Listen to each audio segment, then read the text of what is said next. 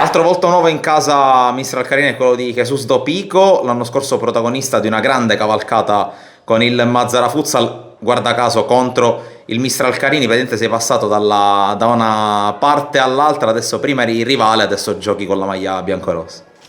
Qua scherzano con il fatto che sono Saranoglu perché ho cambiato di Massara, mister, però devo dire che mi hanno trattato benissimo a Mazzara, però appena mi hanno chiamato di qua non avevo dubbio perché era un bel progetto, è un anno ambizioso e sono convinto che fare un bel anno qua.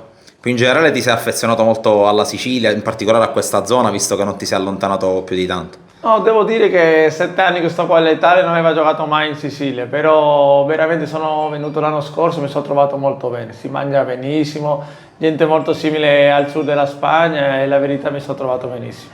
Ora, venendo al Parquet, una squadra allestita molto bene dalla proprietà, tu sei uno dei nuovi volti appunto di una squadra che ha comunque vinto la C1, come ti stai trovando in questo gruppo e come ti stai trovando con Mister La Bianca? No, veramente devo dire che non mi aspettavo questo gruppo, queste squadre, questo livello, certamente. Veramente italiani che hanno preso loro, sono italiani che hanno un buon piede, che sanno giocare, che hanno esperienza.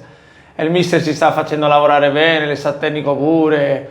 Veramente sono felice di aver venuto qua per questo progetto perché penso che possiamo fare una bella stagione quest'anno. Tra l'altro la stagione comincia appunto sabato contro il Città di Adrano, che campionato ti aspetta e soprattutto che Mistral Carini ti aspetta in questo campionato? Ah beh, secondo me il campionato sarà un campionato molto difficile perché con questo regolamento che hanno messo che solo se può giocare un straniero, secondo me sarà un campionato molto ivolato. Detto questo, per fortuna, non so come sono gli altri italiani, però noi ce l'abbiamo italiani buoni.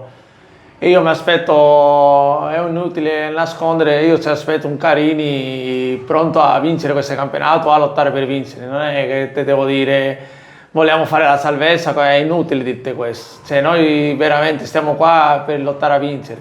Dopo bisogna lavorare, fare le cose bene, anche la fortuna ci deve mettere anche per te, però ovviamente il discorso è sempre lo stesso. Noi vogliamo vincere, come tutte le squadre penso.